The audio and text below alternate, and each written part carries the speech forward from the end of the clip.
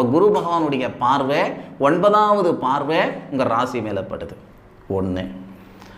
குரு பகவானுக்கு சாரம் கொடுத்தவர் யாருன்னு கேட்டிங்கன்னா செவ்வாய், தொழில் ஸ்தானாதிபதி இல்லையா? 3வது பாவகத்துக்கு அதிபதியும் செவ்வாய் தான். தகரிய ஸ்தானம் அப்படின்னு சொல்லக்கூடியவரும் செவ்வாய் தான். அந்த செவ்வாய் உங்களுடைய ராசிக்கு 7வது பாவகத்துக்கு சூரிய பகவானுடைய ஆதிக்கத்துக்கு வந்து உங்களுடைய ராசியை பார்க்கக்கூடிய சிறப்பான நேரம். இதில் ஒரு ஆச்சரியம் என்ன அப்படின்னா, சூரிய பகவானுடைய ஆதிக்கத்தில் செவ்வாய் தொழில் ஸ்தானாதிபதி வருவார். சூரிய பகவானுக்கு செவ்வாய் சாரமும் கொடுப்பார்.